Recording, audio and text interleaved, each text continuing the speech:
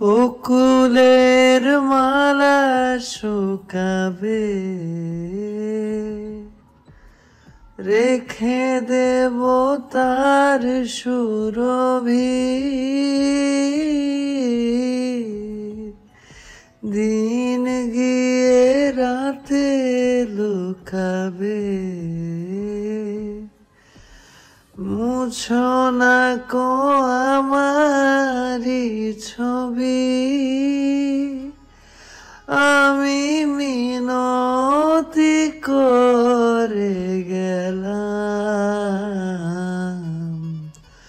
তুমি চোখের আড়াল হও, কাছে কি বা দূরে রও, মনে রেখো আমিও ছিলাম,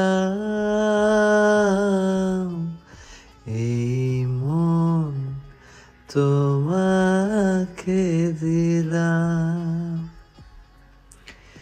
এই প্রেম তোমাকে দিলাম,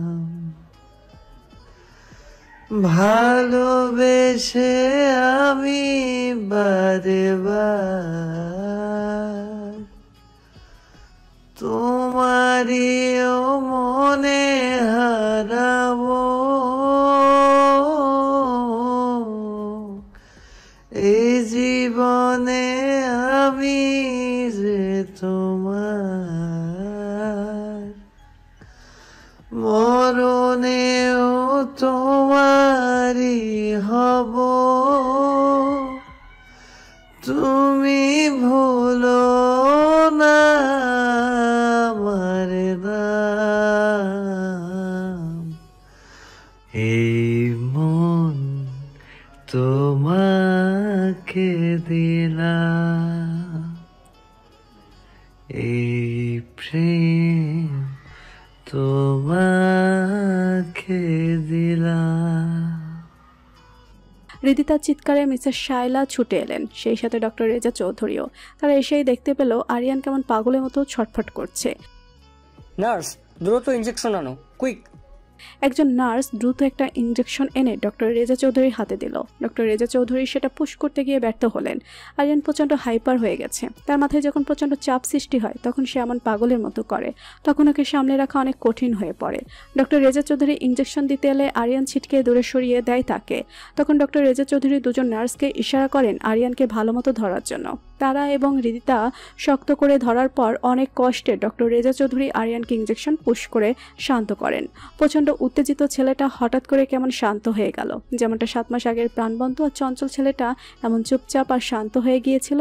মিসেস শায়লা কান্না আটকে রাখতে না পেরে মুখে আঁচল গুজে বাইরে চলে গেলেন। হৃদিতা তখনও আরিয়ানের বিছানার কাছে দাঁড়িয়ে তার হাতটা শক্ত করে ধরে আছে। তার চোখ দিয়ে অনবরত পানি আরিয়ানের চোখে মুখে পড়ছে। পরদিন খান ম্যানশনে কয়েকজন সাইকোলজিস্ট আর কয়েকজন নার্স আরিয়ানের ট্রিটমেন্টের জন্য এসেছে। আরিয়ান নীরব এবং শান্ত ভঙ্গিতে খাটে শুয়ে আছে, আর সাইকোলজিস্ট তাকে বিভিন্নভাবে পর্যবেক্ষণ করছে। এতে যেন আরিয়ানের কোনো ভ্রুক্ষেপই নেই। পর্যবেক্ষণ শেষে একজন সিনিয়র সাইকোলজিস্ট মিসেস শায়লার উদ্দেশ্যে বললেন, দেখুন মিসেস খান, আপনার ছেলের যা অবস্থা দেখলাম তাতে ওকে মেন্টাল হসপিটালে অ্যাডমিট করতে হবে। ওকে এভাবে ঘরে রেখে সুস্থ করা যাবে না। মিসেস শায়লা বিচলিত হয়ে বললেন, আরিয়ান মানসিকভাবে অসুস্থ নয় মিস্টার শিকদার। অতীতের কিছু বাজে ঘটনার জন্য যখন মস্তিষ্কে চাপ পড়ে তখন ও এরকম আচরণ করে। ওর ফিজিক্যালি অবস্থাও অনেক ক্রিটিক্যাল। এই অবস্থায় ওকে মেন্টাল হসপিটালে ট্রিটমেন্টের জন্য পাঠানো ঠিক হবে।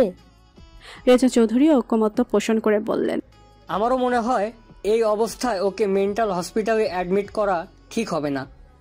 তবুও ডাক্তারগুলো কেমন যেন জোরাজোরি করতে লাগলো। হৃদিতা এতক্ষণ দরজার আড়ালে দাঁড়িয়ে সব কথা শুনছিল, আর সহ্য করতে না পেরে সোজা ডাক্তারের সামনে চলে এসে শক্ত কণ্ঠে বলল, আপনি কোন সাহসে আরিয়ানকে মেন্টাল হসপিটালে নিয়ে যাওয়ার কথা বলছেন? ওকে কি আপনার পাগল মনে হয়? ও একদমই মানসিকভাবে অসুস্থ নয়, সম্পূর্ণ সুস্থ আছে। জাস্ট অতীত কিছু বিরূপ অভিজ্ঞতার জন্য ওর সাবকনসিয়াস মাইন্ড থেকে ভয়ঙ্কর ঘটনাগুলো যাচ্ছে না। এতেও মাঝে মধ্যে প্রচন্ড উত্তেজিত হয়ে যায়, না হলে পুরোটা সময় শান্ত হয়ে পড়ে থাকে। ওকে কি কখনো পাগলের মতো আচরণ করতে দেখেছেন? একটা মানুষকে মানুষরূপী কিছু অমানুষ ধ্বংস করে দিয়ে গেছে। এখন এই অবস্থার পর আপনারা জোর করে নিজেদের স্বার্থ হাসিল করার জন্য ওকে মেন্টাল হসপিটালে নিয়ে যাওয়ার কথা বলছেন। কেমন মানুষ আপনারা? প্রত্যেকের হৃদিতার কথা শুনে একদম চুপ হয়ে গেল। পুরো রুম জুড়ে পিনপতন নীরবতা কাজ করতে লাগলো।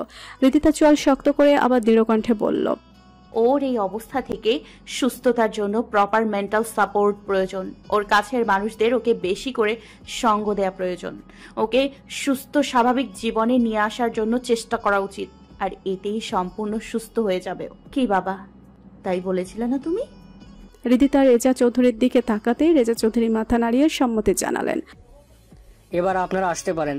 আপনাদের ওকে নিয়ে চিন্তা করার কোনো প্রয়োজন নেই, আমরা আছি ওর পাশে। ডাক্তারদের উদ্দেশ্যে তার হৃদিতা কথাগুলো বলে হাত ভাঁজ করে অন্যদিকে তাকিয়ে থাকলো। সাইকোলজিস্ট আর নার্সগুলো তৎক্ষণাৎ সেখান থেকে চলে গেল। মিসেস শায়লা অনুতপ্ত হয়ে হৃদিতার কাছে গিয়ে নরম কণ্ঠে বললেন, আমাকে মাফ করে দে মা, আমার ওদেরকে নিয়ে আসা উচিত হয়নি। আমি ভেবেছিলাম ওরা আসলে আরিয়ানকে মেন্টালি কি করে স্বাভাবিক করা যায় তার বিভিন্ন সাজেশন দিবে, তা না করে উল্টো বেশি টাকা হাসিল করার জন্য আরিয়ানকে জোর করে মেন্টাল হসপিটালে নিয়ে যেতে চেয়েছিল। তুই না থাকলে হয়তো তারা সেটা করেও ফেলতো। আমার ভুল হয়ে গেছে মা, আমাকে তুই মাফ করে দে। হৃদিতা মিসেস শায়লাকে জড়িয়ে ধরে বলল, তুমি কেন মাফ চাইছো মামনি? তুমি যা করেছো ওর ভালোর জন্যই করেছো, এতে আমি দোষের কিছু দেখছি না। সময়টা ছিল পরন্ত বিকেল। খান ম্যানশনের পুরো ছাদটা খুব সুন্দরভাবে ফুল আর বেলুন দিয়ে সাজানো হয়েছে। সবই আরিয়ান আর হৃদিতার প্রিয় সাদা কালো রং দিয়ে সাজানো। কালো সাদা ফুল আর কালো সাদা বেলুনে পুরো ছাদটা একদম ব্রাইডাল লুক লাগছে। এসব কাজ করেছে আরিয়ানের বন্ধুরা। যখন ওরা জানতে পেরেছে আরিয়ানের সেন্স ফিরে এসেছে, তখন মহা উৎসাহে পুরো ডেকোরেশনের দোকান তুলে নিয়ে এসেছে খান ম্যানশনে। খাবার দাবার উপহার আর ফুল দিয়ে খান ম্যানশন পুরো ভরে গেছে। ওরাই দায়িত্ব নিয়ে পুরো ছাদ সুন্দরভাবে সাজিয়েছে। আজকে যে আরিয়ানের জন্মদিন। দোস্ত, আরিয়ান দেখলে অনেক খুশি হবে রে। ওর তো ওরকম ডেকোরেশন অনেক পছন্দ ছিল। আরে তোরা সবাই এরকম নেগেটিভ ভাবনা ভাবছিস কেন? পজিটিভ কিছু ভাব। হয়তো আরিয়ান মুখ ফুটে কিছু বলবে না, কিন্তু মনে মনে ও খুব খুশি হবে। দেখিস, ওর মনটাকে যে আমরা ভালো করতে পারবো, এটাই তো আমাদের কাছে অনেক। সবাই একটা দীর্ঘশ্বাস নিল। সবাই রেহানের কথায় সম্মতি জানালো। তখনই ছাদের দরজা খুলে গেল। আরিয়ানকে একদিকে হৃদিতা আর অন্যদিকে মিসেস শায়লা ধরে নিয়ে এসেছেন। সুদর্শন আর মায়াবী মুখটা অনেকটা শুকিয়ে গেছে। গালের ট্রিম করে রাখা চাপদাড়িগুলো অনেক বড় বড় হয়ে গেছে। চেহারার প্রাণবন্ততা আর উজ্জ্বলতা অনেকটা কমে গেছে। কিছুটা রুক্ষ হয়ে গেছে চেহারা, কিন্তু তাও যেন ওকে একটা রূপকথার রাজকুমারের থেকে কম মনে হচ্ছে না। অনেকটা বিষণ্ণ রাজকুমার নীরব শান্ত ভঙ্গিতে এক ধ্যানে নিচের দিকে তাকিয়ে আছে আরিয়ান। সবাই সমস্বরে বলে উঠল, happy birthday to you Aryan, happy birthday to you, many many happy returns of that day just for you. বলেই সবাই উপর থেকে ফুলের পাপড়ি ঝরাতে লাগলো আরিয়ানের উপর। বেলুনগুলো ফুটাতে লাগলো। আরিয়ানকে ঘিরে সবাই মহা উল্লাসে ওকে অভিনন্দন জানাতে লাগলো। হয়তো কোনো কিছুই আরিয়ানের স্বাভাবিক বোধগম্য হচ্ছে না, কিন্তু তা ওর বন্ধুরা ওকে আগের মতোই স্বাভাবিক ভেবে সবকিছু উদযাপন করে যাচ্ছে। এটাকে হয়তো বলে বন্ধুত্ব। রাতের হালকা মৃদুমন্দ বাতাসে চারপাশ দোল খেলে যাচ্ছে। সবাই তখনও ছাদের মধ্যে বসে গল্প করছিল। সবই আরিয়ানকে নিয়ে গল্প। আরিয়ানের বন্ধুত্বের গল্প, তার দুঃসাহসী অ্যাডভেঞ্চার করার গল্প, বন্ধুদের বিপদে এগিয়ে আসার গল্প, তার গান গাওয়ার গল্প, তার তীক্ষ্ণ মেধা সম্পন্ন প্রশংসনীয় রেজাল্টের গল্প, অসাধারণ বুদ্ধিমত্তার বাগবেতনটার গল্প। সব শুনে মিসেস শায়লার বুকটা গর্বে ফুলে উঠল। তার ছেলে যে কি অসাধারণ ছিল সেটা তার থেকে ভালো আর কেউ জানে না। আজ যদি ও সুস্থ স্বাভাবিক থাকতো তাহলে এতদিনে আরও অনেক দূরে এগিয়ে যেত। সেটা ভেবে মুহূর্তে ভালো লাগার মরে গিয়ে এক বিষণ্ণ চাপা আর্তনাদের সৃষ্টি হলো। কান্নারা চেপে বসলো তার উপর। কিন্তু এত কষ্ট করে আরিয়ানের বন্ধুরা হাসি খুশি একটা মুহূর্ত পার করছে, সেটা ভেস্তে দেওয়ার কোনো ইচ্ছা তার হলো না। তাই কান্নাগুলো তিনি চেপেই রাখলেন। অপরদিকে হৃদিতার খুব ভালো লাগতে লাগলো বন্ধুদের মুখে আরিয়ানের এত প্রশংসা শুনে। সেই সাথে খুব আফসোস লাগতে লাগলো কেন সে অতীতে আরিয়ানকে ছেড়ে চলে গিয়েছিল। তার সাথে যদি থাকতো তাহলে আজ হয়তো বা এত কিছু হতো না।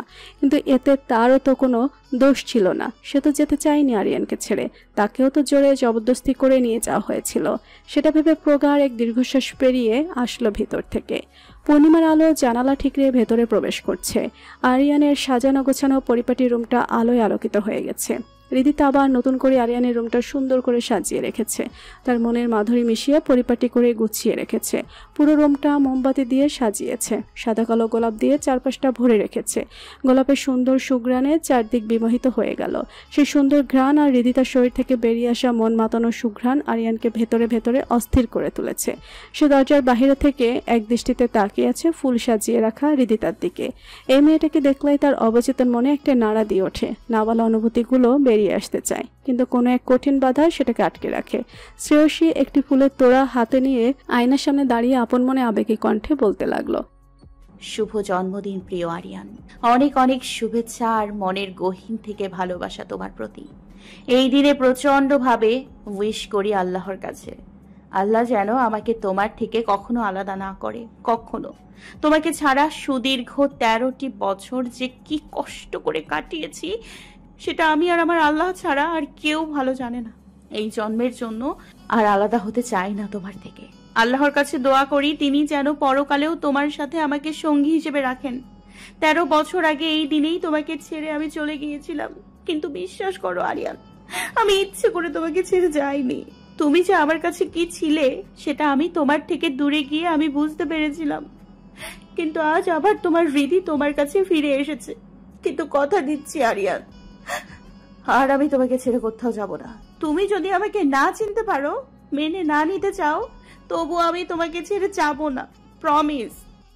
আরিয়ান কথাগুলো এক মনে শোনার পর একদম স্তব্ধ হয়ে গেল। তার মনের ভিতরে উথাল পাতাল শুরু হলেও বাইরে সেটা একদম প্রকাশ পেল না। সে নিঃশব্দে সেখান থেকে প্রস্থান করলো। অপরদিকে রিদিতা ফুলের তোড়াটা ফুলদানিতে সাজিয়ে রেখে আরিয়ানের কথা মতো হতেই তাকে রুম থেকে বেরিয়ে খুঁজতে বের হলো। সারা বাড়িতে তাকে কোথাও খুঁজে না পেয়ে অবশেষে একা একা ছাদে চলে গেল। ঘণ্টাখানেক আগেও ছাদটা লাইটিং করা ছিল, আলোকসজ্জার ফুলে ফুলে সজ্জিত ছিল চারপাশ, কিন্তু এখন সেগুলো সরিয়ে নেওয়াতে সেখানে কেবল আবছা পূর্ণিমার আলো জায়গা করে নিয়েছে।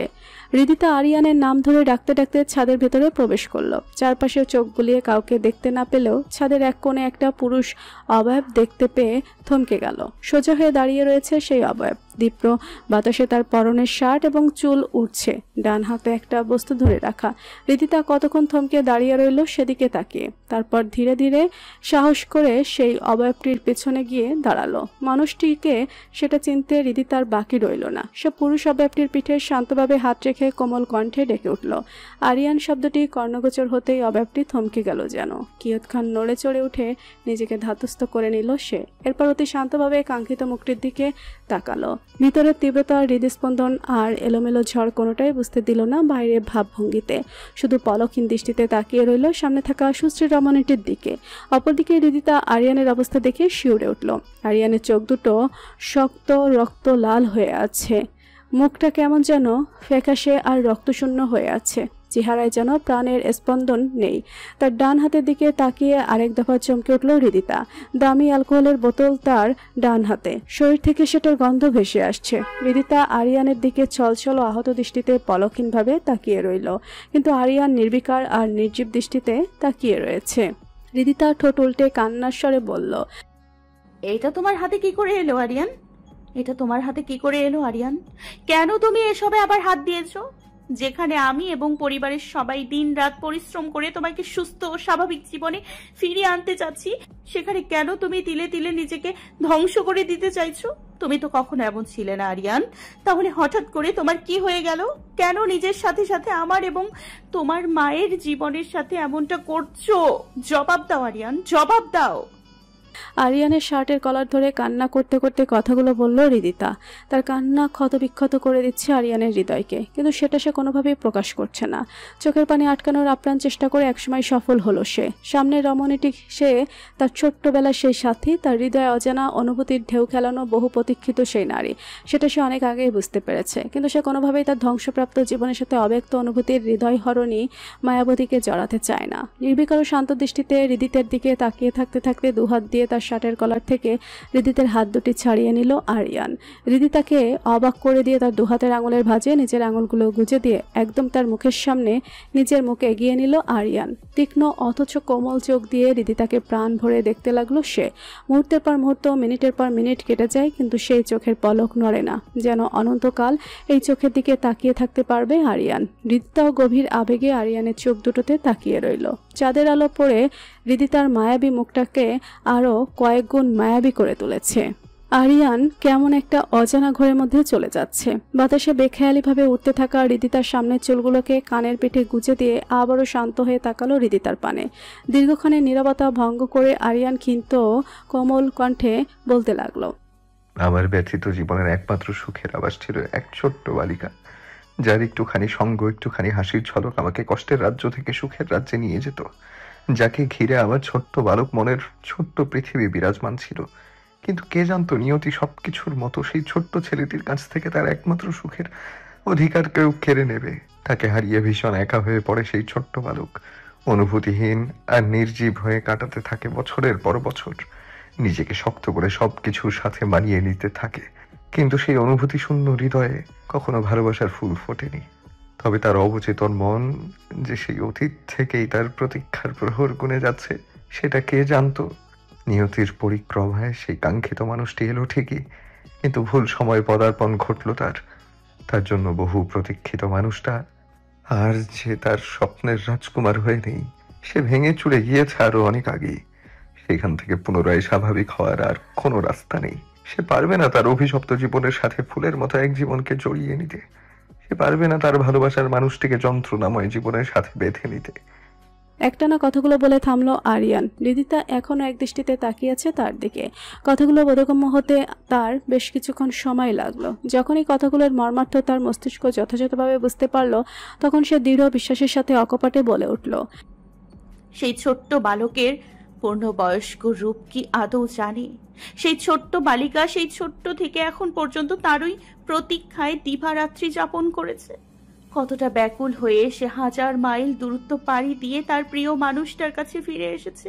সে কেবল সুস্থ স্বাভাবিক আরিয়ানের সঙ্গী হতে আসেনি, সে শুধুমাত্র আরিয়ানের জন্য এসেছে। আমি শুধু চেয়েছি তোমায় আরিয়ান, শুধুমাত্র তোমায়। তার সে ভেঙে চুরে যাওয়া আরিয়ানই হোক না কেন, সে সব অবস্থায় আমরণ তার সঙ্গী হতে রাজি আছে। তার যন্ত্রণাময় জীবনটাকে ফুলের সুবাসে ভরে দিতে সে তার নিজের জীবন পর্যন্ত উৎসর্গ করতে পারে। এখন সে চায় যুগের পর যুগ তার প্রিয় মানুষটার হাতে হাত রেখে আজীবন পথ চলতে। সেই অধিকার কি সে পাবে না? হৃদিতার কথাগুলো শুনে আরিয়ান একদম স্তব্ধ হয়ে গেল। তার মস্তিষ্ক হঠাৎ কোনো উত্তর খুঁজে পেল না। হঠাৎ সে আরও 2 কদম এগিয়ে যেতেই হৃদিতা পড়ে যেতে নিলে আরিয়ান তাকে তার কোমর জড়িয়ে ধরে একদম বুকের সাথে মিশিয়ে নিল। হৃদিতা আরিয়ানের বুকে পরম স্বস্তিতে মুখ গুজে রইল। ধীরে ধীরে সে আরিয়ানের হাতে থাকা অ্যালকোহলের বোতলটা হাতে নিয়ে ছুঁড়ে ফেলে দিল ছাদের মেঝেতে। সশব্দে সেটা ভেঙে গেল, কিন্তু আরিয়ানের সেদিকে কোনো হেলদোল নেই। সে স্তব্ধ হয়ে হৃদয়ের গাঢ় অনুভূতিগুলোর সাথে পাল্লা দিয়ে চলেছে। হৃদিতা স্পষ্ট আরিয়ানের হৃদস্পন্দন তীব্র থেকে তীব্রতর হওয়ার আওয়াজ শুনতে পেল। সঙ্গে সঙ্গে মুখে প্রসন্ন স্বস্তির হাসির রেখা ফুটে উঠল হৃদিতার। আরিয়ানের হৃদস্পন্দন যেন প্রচণ্ড উল্লাসের সাথে সাথে হৃদিতাকে বলছে, আমি শুধু চেয়েছি তোমায়। মিসেস আনিকা রায়হান আর মিস্টার রায়হান শাহরিয়ার ড্রয়িং রুমে বসে আলোচনা করছিলেন। তাদের আলোচনার টপিক হলো আদনান এবং হৃদিতা। আদনানের পাগলামি দিন দিন বেড়েই চলেছে, কোনোভাবে ওকে সামলানো যাচ্ছে না। এখন কি করি বলতো? ছেলেটা আমার পুরোই পাগল হয়ে গেছে, কিছুতেই কারোর কোনো কথা শুনছে না। পরশুর ফ্লাইটেই ও বিডিতে যেতে চাইছে, আর আমি নিশ্চিত ও যদি এখন বিডিতে যায় তাহলে কোনো না কোনো একটা ঝামেলা বাঁধিয়েই আসবে। আর আরিয়ানের অবস্থাও পুরোপুরি ভালো নয়। এই অবস্থায় ওখানে গিয়ে একটা হাঙ্গামা করলে সেটা খুব খারাপ ব্যাপার হয়ে যাবে। তুমি প্লিজ যে করেই হোক ওকে আটকাও। কথাগুলো মিসেস আনিকা রায়হান বললেন রায়হান শাহরিয়ারের উদ্দেশ্যে। মিস্টার রায়হান শাহরিয়ার চিন্তিত ভঙ্গিতে মাথা থেকে হাত নামিয়ে বললেন, আমি কি করব বলো? ও কি আমার কোনো কথা শোনে? একমাত্র ছেলে, তাই কড়া করে কিছু বলতে পারি না। তুমি বরং ওকে বিজনেসের কাজে কিছুদিনের জন্য দূরে কোথাও পাঠিয়ে দাও, অন্তত 1 মাস যেন ও বিডিতে যেতে না পারে। ততদিনে নিশ্চয় আরিয়ান পুরোপুরি ভালো হয়ে যাবে। ভাগ্য ভালো সামার ভ্যাকেশনের জন্য হৃদিতা ইউনিভার্সিটি প্রায় 1 মাস বন্ধ দিয়ে দিয়েছে, তাই আমাকে আর এক্সট্রা করে ছুটি নিতে হয়নি। ছুটি শেষ হলে হৃদিতাকে বুঝিয়ে আবার এখানে নিয়ে আসতে পারবো। মিস্টার রায়হান শাহরিয়ারের কিছুক্ষণ ভেবে সম্মতি জানালেন মিসেস আনিকা রায়হানের কথায়। তখনই আদনান বাড়িতে ফিরে আসলো। আদনানকে দেখে মিস্টার রায়হান শাহরিয়ার তড়িঘড়ি করে বলে উঠলেন, আদনান দাঁড়াও, তোমার সাথে আমার কিছু কথা আছে। আদনান থমকে দাঁড়িয়ে পড়ে নির্বিকার ভঙ্গিতে বলল, বলো ড্যাড। আমাদের বিজনেসের নিউ ডিলের কাজে তোমাকে 1 মাসের জন্য রাজধানী অটোয়াতে যেতে হবে। আদনান কোনো কিছু না ভেবে সোজাসাপটা না করে দিল, আর সেটাও জানিয়ে দিল যে পরশু তার ফ্লাইট, সে এখন আর কোনো কাজ করতে পারবে না। মিস্টার রায়হানও কম যান না, মুহূর্তের মধ্যে ছোটখাটো একটা হার্ট অ্যাটাকের অভিনয় করে ফেললেন। এতে আদনান সত্যি সত্যি ভয় পেয়ে গেল। মিসেস আনিকা রায়হান বুঝলেন যে এটা তার স্বামীর নাটক, তাই তিনি মনে মনে অনেক হাসলেন, তবে বাইরে এমনভাবে দেখালেন যে তিনি খুব উত্তেজিত অস্থির হয়ে গেছেন। আদনান দ্রুত তাদের পারিবারিক ডাক্তারকে কল করলো। কিছুক্ষণের মধ্যেই ডাক্তার এসে পড়লেন। ডক্টরকে ইশারা ভঙ্গিতে নিজের অভিনয়ের কথা বুঝিয়ে দিয়ে মিস্টার রায়হান দ্রুত হাত করে নিলেন। প্রথমে ডাক্তার অবাক হয়ে গেল, পরবর্তীতে বুঝতে পারলেন এটা মিস্টার রায়হানের নতুন কোনো নাটক। এর আগে অনেক বেকায়দা পরিস্থিতিতে পড়ে এমন নাটক তিনি করেছেন। বেশ কিছুক্ষণ তাকে পর্যবেক্ষণের নাটক করে মনে মনে একচোট হেসে বেশ ভাবসাব নিয়ে তিনি ইংরেজিতে গম্ভীর কণ্ঠে বললেন, সে এখন খুব অসুস্থ হয়ে পড়েছে। এই অবস্থায় তার সম্পূর্ণ বেড রেস্ট প্রয়োজন। এখন তাকে কোনো ধরনের প্রেশার দেওয়া যাবে না, না হলে আবার এরকম হার্ট অ্যাটাক হয়ে গেলে তাকে বাঁচানো মুশকিল হয়ে যাবে। মিসেস আনিকা রায়হান সুযোগ পেয়ে অস্থির কণ্ঠে বলে উঠলেন, দেখেছো আদনান, হঠাৎ করে তোমার বাবার কি হয়ে গেল? তাকে আর প্রেশার দিও না, সে যা বলছে তাই শোনো। তোমার বাবা এই অবস্থায় বিজনেসের কাজে কিছুতেই করতে পারবে না, অথচ নিউ ডিলটা আমাদের জন্য খুবই জরুরি।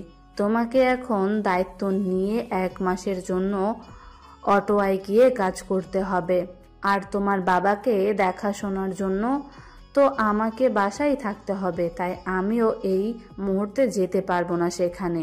তুমি প্লিজ মানা করো না। আদনানের প্রচণ্ড মন খারাপ হয়ে গেলেও বাবার অসুস্থতার কথা ভেবে সে রাজি হয়ে গেল। বাবা মাকে রীতিতার মতোই সে অসম্ভব ভালোবাসে, তার জন্য তাদের কোনো ক্ষতি হয়ে গেলে সে নিজেকে কখনো ক্ষমা করতে পারবে না। তাদের খুশির জন্য সে সব কিছু করতে পারে। আদনান একটা দীর্ঘশ্বাস ছেড়ে পড়ল। ওকে, ঠিক আছে, আমি রাজি, কিন্তু কাজ শেষ হয়ে গেলেই আমি সোজা বিডিতে চলে যাব। বলেই বাবাকে কয়েক মুহূর্ত দেখে আর তার সাথে কিছুক্ষণ সময় কাটিয়ে সে ফ্রেশ হতে রুমে চলে গেল। আদনান রুমে চলে যেতেই তিনজনের মধ্যে একটা হাসির রেশ রয়ে গেল। যতটা সম্ভব হাসিটা নিয়ন্ত্রণ করে সবাই থামলো। আদনানের মতো একটা বুদ্ধিমান ছেলেকে এভাবে বোকা বানাতে পেরে মিস্টার রায়হান নিজেকে নিয়ে বেশ গর্ববোধ করলেন। আদনান যতই বুদ্ধিমান হোক না কেন, তার বাপ তো তিনি। ডাক্তার হাসতে হাসতে ইংরেজিতে বললেন, এই বয়সেও আপনার ছেলে মানুষই একদম গেল না মিস্টার রায়হান। তুমি আমার লাগেজ কেন গোছাচ্ছ আরিয়ান? কারণ তুমি আজই কানাডায় ব্যাক করছো রিদি। আরিয়ানের কথায় হতবিহ্বল হয়ে দাঁড়িয়ে রইল রিদিতা। অপরদিকে আরিয়ানের সেদিকে যেন কোনো ভ্রুক্ষেপ নেই। রিদিতার লাগেজ পুরোটা গোছানো শেষ হলে সে পূর্ণ দৃষ্টিতে তার দিকে তাকালো। রিদিতা এখনো অবাক হয়ে আরিয়ানের মুখের দিকে তাকিয়ে রয়েছে। হঠাৎ রিদিতা শক্ত হয়ে কাটকাট গলায় বলল, আমি কোথাও যাচ্ছি না আরিয়ান, তোমাকে ছেড়ে, বাবা আর মামুনিকে ছেড়ে, এই দেশ ছেড়ে আমি কখনো কোথাও যাব না। আরিয়ান শক্ত মুখে রিদিতার মুখের পানে তাকালো। এক হাতে রিদিতার হাত এবং অন্য হাতে লাগেজ ধরে টানতে টানতে রুমের বাইরে চলে এলো। রিদিতা ছটফট করছে আরিয়ানের শক্ত বাহুর বেষ্টনী থেকে নিজেকে মুক্ত করার, কিন্তু কিছুতেই সে পারছে না। আমার খুব কষ্ট হচ্ছে আরিয়ান। রিদিতার করুণ স্বরের বাক্যটি কর্ণগোচর হতেই থমকে গেল আরিয়ান। বুকের মাঝে অদৃশ্য ব্যথা অনুভব হলেও অনেক কষ্টে সেটাকে দমন করলো সে। চোখ বন্ধ করে সম্ভাব্য আগত অশ্রুটাকে নিদারুণ কষ্টে নিবারণ করলো সে। এই মুহূর্তে তাকে দুর্বল হলে চলবে না। রিদিতার ভালোর জন্য, সুন্দর ভবিষ্যতের জন্য হলেও তাকে কঠোর হতে হবে।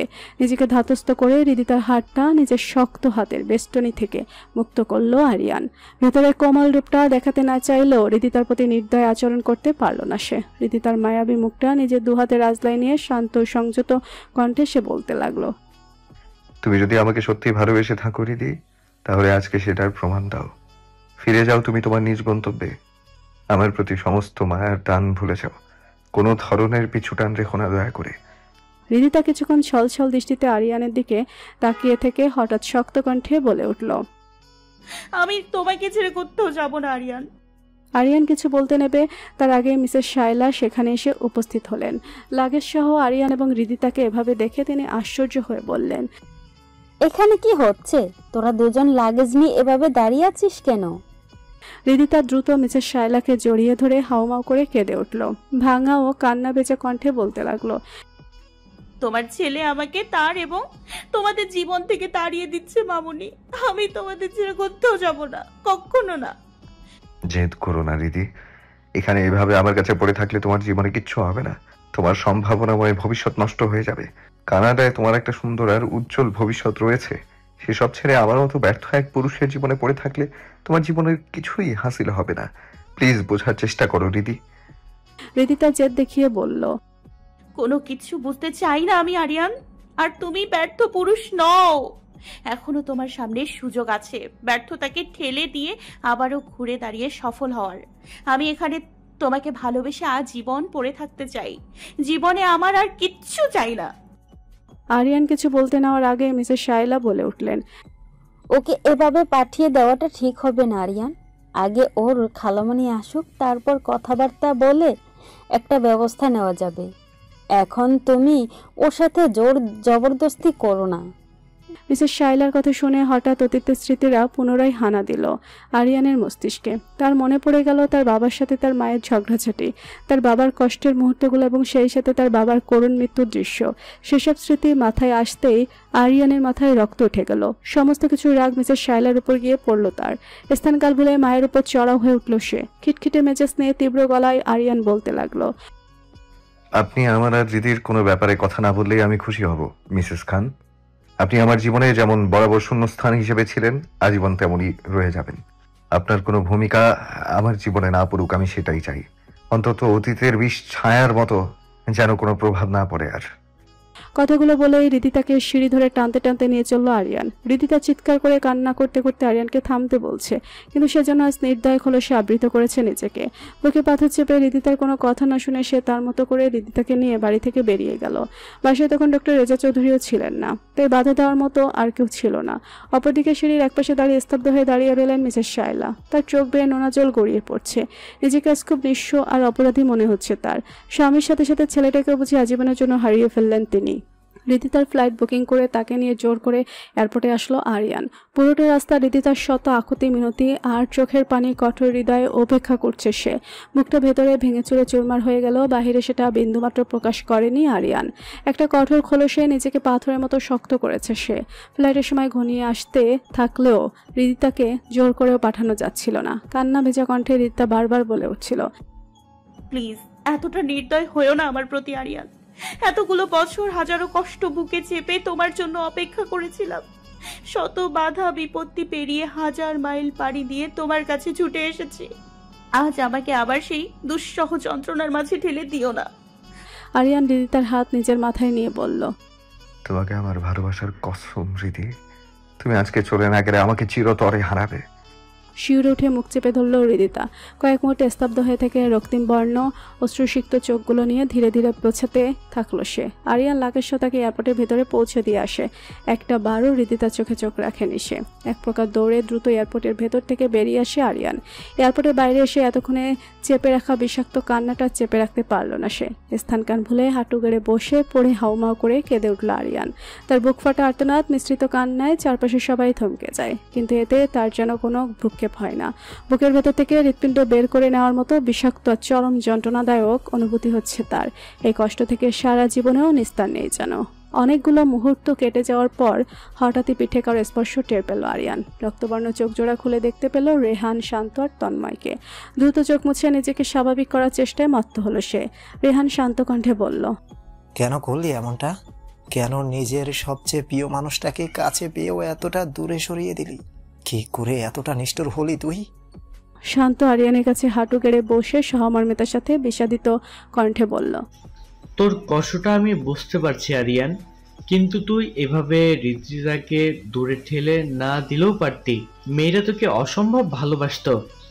তন্ময় একটা দীর্ঘশ্বাস ছেড়ে বলল, সত্যিকারের ভালোবাসা সহজে কেউ পায় না দোষ, আর তুই সেটা পেয়েও তাকে এভাবে দূরে সরিয়ে দিলি। অবশ্য দূরে সরানোর কারণটা আমরা জানি, এজন্য তোকেও দোষও দিতে পারছি না, কিন্তু মনে হচ্ছে তোর মতো হতভাগ্য বুঝি এই দুনিয়াতে আর কেউ নেই। আরিয়ানের হঠাৎ অনুভূত হচ্ছে সে ভুল করে ফেলেছে, বিশাল বড় কোনো ভুল করে ফেলেছে। হৃদির ভালো দিকটা ভাবতে গিয়ে মেয়েটার মনের অবস্থাটা একটা বারও ভাবল না সে। হৃদিকে ছাড়া সে কোনোদিনই ভালো থাকতে পারবে না, কিন্তু নিজের জীবনের পরোয়া করতে চায়নি সে। তবে এখন কেমন যেন দমবন্ধ অনুভূতি হচ্ছে তার, অক্সিজেনটা কেমন বিষাক্ত লাগছে। হঠাৎ মনে হচ্ছে এখন এই নিঃশ্বাস আটকে মরে যাবে সে। হঠাৎ সবকিছু ভুলে নিজের হৃদয়ের চাওয়াটাকে প্রাধান্য দিল সে। পাগলের মতো এয়ারপোর্টের ভেতরে ছুটতে যেতে নিলেই দুজন সিকিউরিটি গার্ড তাকে আটকে দিল। সে চিৎকার করে হৃদি হৃদি বলে ডাকছে, দু চোখ বেয়ে অজস্র নোনা জল গড়িয়ে পড়ছে, কিন্তু কিছুতেই ভেতর থেকে কেউ সাড়া দিচ্ছে না।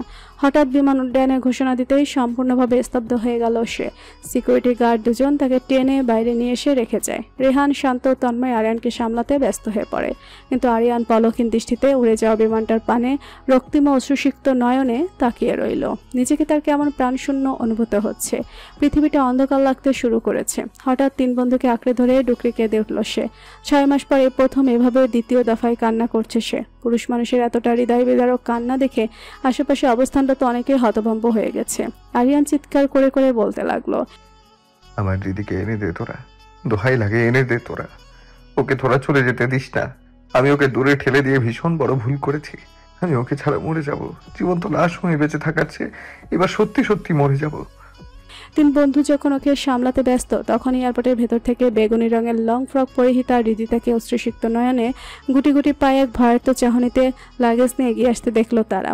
আরিয়ান তখনও মুখ গুজে হাউমাউ করে কেঁদে চলেছে। হঠাৎ তিন বন্ধুকে চুপ হয়ে যেতে দেখে আরিয়ান ধীরে ধীরে পেছনে ফিরে তাকালো। মুহূর্তে যেন গ্রীষ্মের প্রচণ্ড রোদ্দুরের মাঝে এক পশলা বৃষ্টির মতো শীতল হয়ে গেল তার হৃদয়। অসহ্য যন্ত্রণাদায়ক ব্যথাটা নিমিষে কমে গিয়ে সেখানে প্রগাঢ় শান্তি ও সুখে সে ভর করল। পুরো দেহমান অদ্ভুত আনন্দ খুশিতে মুহূর্তেই চনমনিয়ে উঠল। হৃদস্পন্দন লাগাতার স্পন্দিত হতে লাগলো। মুখে প্রশস্ত এক হাসির রেখা ফুটে উঠল। সে কোনো কিছু না ভেবে দ্রুত এক দৌড়ে সবার সামনে হৃদিতাকে শক্ত করে জড়িয়ে ধরল, যেন ছেড়ে দিলেই সে কোথাও হারিয়ে যাবে। এতটাই শক্ত করে জড়িয়ে ধরল যে হৃদিতার নিঃশ্বাস বন্ধ হয়ে যাওয়ার উপক্রম হলো। প্রচণ্ড খুশিতে আরিয়ান অস্ফুট স্বরে বলে উঠল, ভালোবাসি দিদি, প্রচন্ড ভালোবাসি তোমায়, কখনো আমাকে ছেড়ে যেও না। হৃদিতা ছোটার জন্য কিছুক্ষণ ছটফট করতে লাগলো। সাথে আরিয়ানের কথাগুলো শুনে ভীষণ অবাক হলো সে। আরিয়ান হৃদিতার ছটফটানি বুঝতে পেরে হাতের বাঁধন কিছুটা আলগা করলো, একেবারে ছেড়ে দিল না। হৃদিতা সেভাবে থেকেই কাঁপা কাঁপা স্বরে বলতে লাগলো, আমাকে মাফ করে দিও আরিয়ান, তোমার ভালোবাসার কসম পেয়েও আমি তোমাকে ছেড়ে চলে যেতে পারিনি। বারবার মনে হচ্ছিল সেই কসম তুমি মন থেকে দাওনি। আর যে কসম দূরত্ব সৃষ্টি করে, ভালো থাকার বদলে দুটি মনে যন্ত্রণার আবহ সৃষ্টি করে, যে কসম মন থেকে দেওয়া হয়নি, সেই কসম রাখার প্রয়োজন বোধ আমি করিনি। এর জন্য তুমি আমাকে যে শাস্তি দেবে আমি মাথা পেতে নিব, শুধু আমাকে নিজের থেকে দূরে করো না আরিয়ান।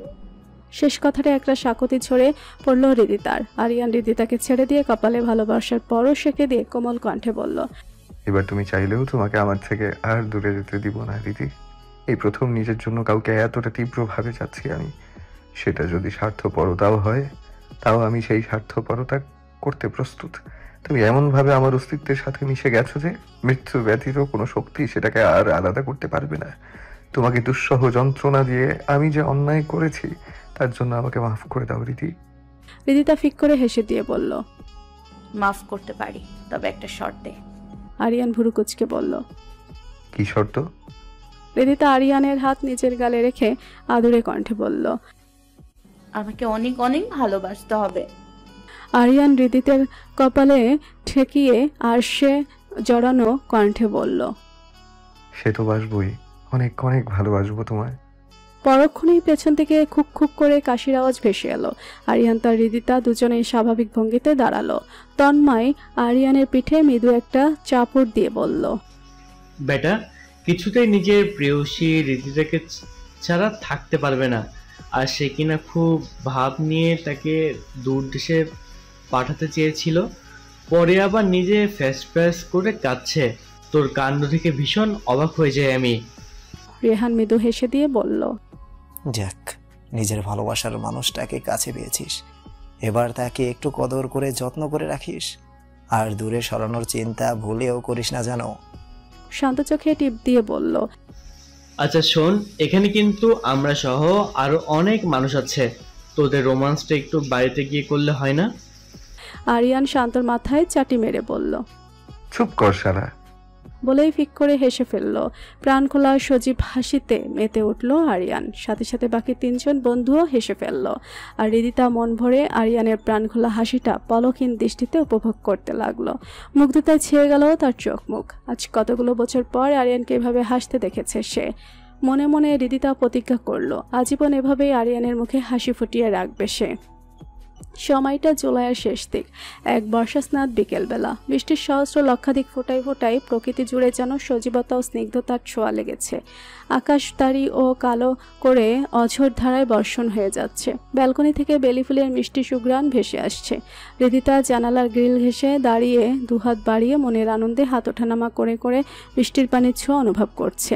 বাংলার বুক জুড়ে এখন বর্ষাকাল চললেও কানাডায় এখন পুরোদমে গ্রীষ্মকাল চলছে। অথচ হৃদিতার কাছে উত্তপ্ত গ্রীষ্মের চেয়ে বর্ষার শীতল ছোঁয়াই যেন বেশি আমোদিত মনে হচ্ছে।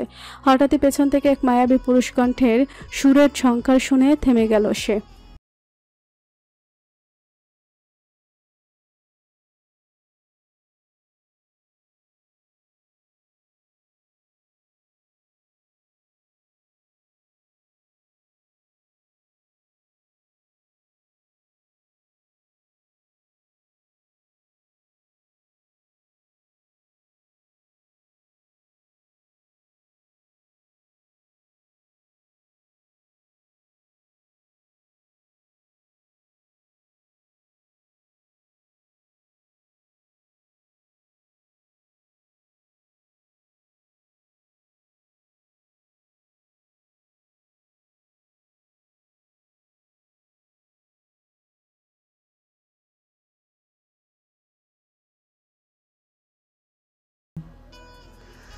ভালোবেসে আমি বারে বার তোমারিও মনে হারাবো, এই জীবনে আমি যে তোমার, মরণেও তোমারই হব, তুমি ভুলো না আমার নাম। এই মন তোমাকে দিলাম, এই প্রেম তোমাকে দিলাম। দুঠোঁট প্রসারিত করে অমায়িক হাসল হৃদিতা। সেই হাসিতে আবারও মুগ্ধ হয় নিজেও ঠোঁট প্রসারিত করে হাসলো আরিয়ান। হাতের গিটারটা বিছানার উপর রেখে হৃদিতার পাশাপাশি বুকে হাত গুজে দাঁড়ালো। কোনো কথা না বলে নিশ্চুপ দৃষ্টিতে হৃদিতাকে দেখতে লাগলো সে। অমন করে তাকিয়ে কি দেখছো আরিয়ান? তোমাকে। অকপটে বলে ফেললো আরিয়ান। তাতে হৃদিতা বেশ লজ্জায় পড়ে গেল। কিছুক্ষণ ব্লাশ করতে করতে নিজেকে স্বাভাবিক করে বলল, অবশেষে তোমার হাতে অ্যালকোহলের বোতলের পরিবর্তে গিটার দেখে ভীষণ খুশি হলাম। সবটাই তোমার কৃতিত্ব? সবটা আমার কৃতিত্ব না, মামনি, বাবা, তোমার বন্ধু বান্ধব আর ডক্টরদের কৃতিত্ব রয়েছে। কিন্তু তুমি না এলে আমি যে আমার এই বিধ্বস্ত মনটাকে কোনোদিনই স্বাভাবিক করতে পারতাম না দিদি। হৃদিতা কোনো কথা না বলে অপলক দৃষ্টিতে আরিয়ানের দিকে তাকিয়ে থাকলো। আরিয়ান কিছুটা এগিয়ে এসে হৃদিতার বৃষ্টি স্নাত ভেজা হাত দুটো ধরে আকুল কণ্ঠে বলতে লাগলো, জীবনে কোনোদিনও কোনো মেয়েকে আমার মনে জায়গা দেব এমন চিন্তা ভাবনা কল্পনাও করিনি। কত শত মেয়েকে যে ইগনোর করেছি তার হিসেব নেই। কারো অনুভূতিকে কখনো বুঝতেই চাইনি। বাজেভাবে অনেকের মন ভেঙেছি। রাইসার মতো উগ্র স্বভাবের মেয়েকেও পাত্তা দিইনি, যার জন্য প্রতিশোধ পরায়ণ হয়ে সে আমার জীবনটাকে ধ্বংস করে দিতে চেয়েছিল। প্রায় সাফল্যই হয়েছিল বলা যায়। আমার জীবনটা পুরোপুরি বিধ্বস্ত হওয়ার আগে অবচেতন হৃদয়ে যে তোমাকে গভীরভাবে ভালোবেসে জড়িয়ে নিয়েছিল, দেরিতে হলেও আমি সেটা উপলব্ধি করতে পেরেছিলাম। কিন্তু সেদিন আমি তোমাকে কাছে পাইনি। তোমার আগমনটা আমার জীবনে দেরিতে হলেও তোমার সেই প্রথম স্পর্শ পাওয়ার পর তোমাকে দেখে আমার অবুঝ হৃদয় মানতে বাধ্য হলো, এই আরিয়ান গভীরভাবে কারো মায়ায় আবদ্ধ হয়েছে, কাউকে হৃদয়ের অন্তঃস্থল থেকে গভীরভাবে ভালোবেসে ফেলেছে। যে আমি মেয়েদের ভালোবাসার ঠুনকো মনে করতাম, সেই আমি তুমি চোখে আঙ্গুল দিয়ে দেখিয়ে দিয়েছ মেয়েরা কাউকে কতটা তীব্রভাবে ভালোবাসতে পারে। তোমাকে শত চেয়েও আবার মন থেকে এক পলকের জন্য সরাতে পারিনি। মুখে হাজারবার অস্বীকার করলেও এই অবুঝ হৃদয় তোমাকে সেই ছোট্ট কাল থেকে গভীরভাবে ভালোবেসে এসেছে। এখন সেই ভালোবাসা এতটাই তীব্র হয়েছে যে কোনো কিছুর বিনিময়েই তোমাকে নিজের থেকে কখনো আলাদা করতে পারবো না আমি। কিন্তু একটাই বাধা আমাকে কুড়ে কুড়ে খায়, আমার জন্য জীবনে তোমাকে পরবর্তীতে যেন আফসোস করতে না হয়, পরে যেন এটা মনে না হয় মাঝপথে এসে আমার হাতটা তোমার ছেড়ে দেওয়া উচিত। কথাটা সম্পূর্ণ হওয়ার আগে রিদি তার ডান হাত দিয়ে আরিয়ানের মুখ চেপে ধরল। তার চোখ মুখে ভর করল একরাশ ব্যাকুলতা এবং উদ্বিগ্নতা। সে আরিয়ানের মুখের কাছে মুখ এনে চোখে চোখ রেখে স্নিগ্ধ কণ্ঠে বলতে লাগলো, তোমাকে যদি আমি এই হৃদয়টা বের করে দেখাতে পারতাম, তোমাকে আমি ঠিক কতখানি চাই, কতখানি ভালোবাসি, তাহলে তোমার মনে এই সংশয়গুলো কোনো দিন এসে উপস্থিত হতো না। যে আমি তোমাকে ছোটবেলা থেকে নিজের একান্ত আপনজন ভেবে এসেছি, তোমার বিরহে বছরের পর বছর ক্লান্ত শ্রান্ত হৃদয়ে অপেক্ষার প্রহর গুনেছি, সেই আমি তোমাকে এত কষ্টে ফিরে পেয়ে কেন পরবর্তী জীবনে আফসোস করব? কেন মাঝ পথে তোমার হাতটা ছেড়ে দিব? শোনো আরিয়ান, তোমার হৃদয় প্রাণ থাকতে তোমাকে কোনো দিন এক মুহূর্তের জন্যও ছেড়ে যাবে না। আর রইল তোমার ব্যর্থ জীবনের কথা, তুমি আবার ঘুরে দাঁড়াবে, আবার আগের মতো স্বাভাবিক জীবন শুরু করবে। তোমার পড়াশোনা, গান গাওয়া সবই তুমি নতুন করে শুরু করবে। আর আমার জীবন নিয়ে কোনো আফসোস থাকবে না, কারণ আমি আমার স্বপ্ন এবং লক্ষ্য মাঝপথে ফেলে রাখবো না, সেগুলো অবশ্যই পূরণ করব, কিন্তু সবটা তোমাকে সাথে নিয়ে। আর যারা তোমার সাথে অন্যায় করেছে, একদিন না একদিন তারা তাদের পাপের শাস্তি অবশ্যই পাবে। এর জন্য তুমি নিজেকে পিছিয়ে রাখতে পারো না। আর যদি একা চলতে ভরসা না পাও, তোমার হৃদয়ের হাত সব সময় তুমি শক্ত হাতে ধরে রাখতে দেখতে পাবে। বলে রিদিতা আরিয়ানের হাত দুটো নিজের দুই হাতের মুঠোয় পুড়ে নিল। আরিয়ান রিদিতার দৃঢ় আশ্বস্ত চোখ জোড়ার দিকে অপলক দৃষ্টিতে তাকিয়ে রইল। এরপর নিজের প্যান্টের পকেট থেকে একটা বেলে ফুলের গাজরা বের করলো। রিদিতাকে পেছনে ঘুরিয়ে সেটা রিদিতার ঢেউ খেলানো বাদামি চুলে পরিয়ে দিতে দিতে বলল, মনে আছে ছোটবেলায় ঠিক এভাবে তোমাকে বেলি ফুল দিয়ে মালা আর গাজরা বানিয়ে দিতাম? তুমি সেগুলো পেয়ে কত আনন্দিত হতে। রিদিতা মিষ্টি করে একটা হাসি দিল।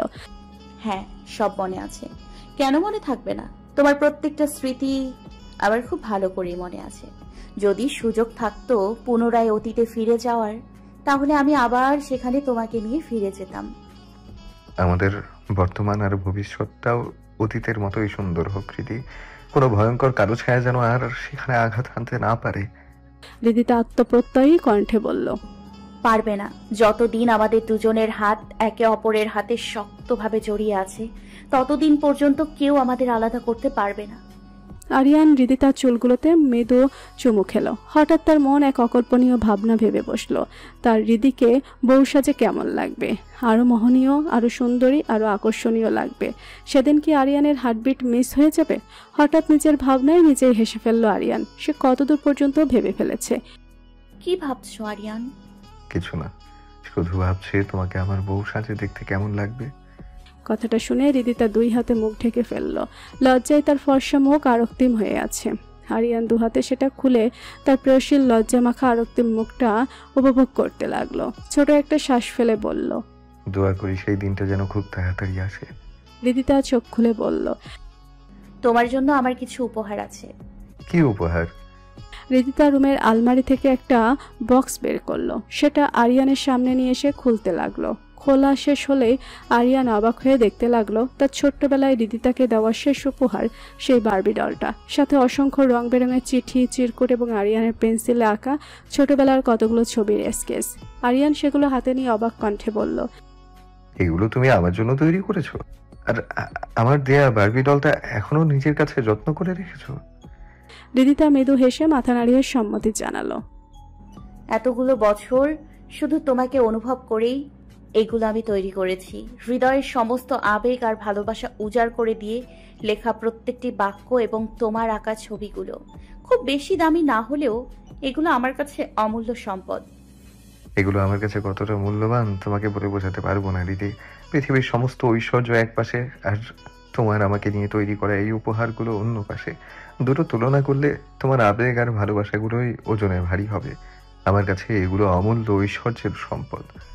আরিয়ান প্রচণ্ড ইমোশনাল হয়ে অশ্রুসিক্ত নয়নে রিদিতা তার প্রতি লিখিত সকল অনুভূতির চিহ্ন, তাকে নিয়ে আঁকা স্কেচ, বহু পুরনো অথচ সযত্নে রাখা বারবি ডলটা যত্ন করে দেখতে লাগলো। সেগুলোতে গভীর আবেগীয় স্পর্শ এঁকে দিতে লাগলো। কখনো আমি তোমার পাশে না থাকলে আমার এই চিহ্নগুলো তোমাকে আমার উপস্থিতি অনুভব করাবে। এই জিনিসগুলোর মাঝে আমার স্পর্শ লুকিয়ে আছে। এগুলোতে স্পর্শ করে তুমি আমাকেই স্পর্শ করার অনুভূতি পাবে। তোমাকে আমি কখনো কোথাও যেতে দেব না রিদি। আমিও তোমাকে ছেড়ে কোথাও কোনো দিন যাব না, কিন্তু সময়ের প্রয়োজনে যদি আমাদের মধ্যে সাময়িক দূরত্ব সৃষ্টি হয়, তাহলে এগুলো তোমার কাছে আবার চিহ্ন হিসেবে রয়ে যাবে। আরিয়ান আর কোনো কিছু না ভেবেই রিদিতাকে শক্ত করে জড়িয়ে ধরল। যদি পারত তাহলে তার প্রাণ পাখিটাকে বক্ষপিঞ্জরের সারা জীবনের জন্য সযত্নে আগলে রেখে দিত। রিদিতাও আরিয়ানকে শক্ত করে জড়িয়ে ধরে রইল। এই বুকটাতে সে প্রচণ্ড শান্তি অনুভব করে। পৃথিবীর সমস্ত সুখ ও শান্তি যেন আরিয়ানের বুকটার মধ্যে পুঞ্জীভূত। অপরদিকে আদনান সারাদিন বিজনেসের কাজে প্রচণ্ড ব্যস্ত থেকে বাসায় ফিরল ক্লান্তভাবে। বাসায় বলতে সে এখন কানাডার রাজধানী অটোয়াতে একটি বিলাসবহুল ফ্ল্যাটে অবস্থান করছে। ইদানিং প্রচুর বিরক্তিভাব এসে গেছে তার মধ্যে। অল্পতেই রেগে যায় আর প্রচুর চিৎকার চেঁচামেচি করে সবার সাথে। তার জন্য এখন আর কোনো কিছুই ভালো লাগে না। বাধ্য হয়ে তাকে বাবার বিজনেস সামলাতে হচ্ছে, কিন্তু তার মন তো পড়ে আছে বাংলাদেশের সেই রিদিতার কাছে। মন চায় এখনই ছুটে যেতে তার ভালোবাসার মানুষটির কাছে, কিন্তু বাবাকে তো সে কথা দিয়েছে সব কিছু সামলিয়ে তারপরেই বাংলাদেশে যাবে। তাই শত ইচ্ছা থাকলেও সে ইচ্ছাগুলোকে আপাতত তার মাটি চাপা দিয়ে রাখতে হচ্ছে।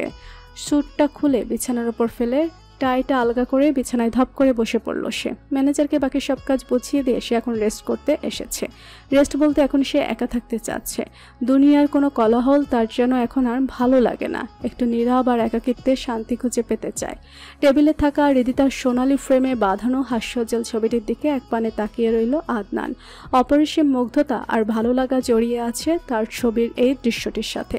ছবিটি হাতে নিয়ে তাতে আলতোভাবে হাত বোলাতে লাগলো সে। যেন কত কথা, কত অভিমান আর কত অভিযোগ জমে আছে তার ছবির এই মানুষটির সাথে। কিন্তু সেই মানুষটি তো আর কোনো কথা বোঝে না, সে তো তার ভালোবাসার কথাও জানে না। আদনানের চোখ থেকে এক ফোঁটা পানি ঝরে পড়ল ছবিটির মধ্যে। আপনা আপনি একটা দীর্ঘশ্বাস বেরিয়ে এলো হৃদয়ের গহীন থেকে। আকুল ও ভেজা কণ্ঠে আদনান ছবিটির পানে তাকিয়ে থেকে বলতে লাগলো, জান পাখি আমার, তোমাকে আমি সেই ছোট্ট কাল থেকে অনেক অনেক ভালোবাসি। বারবার সেটা বোঝাতে চেয়েও পারিনি। কি করে বোঝাতাম তোমাকে বলো?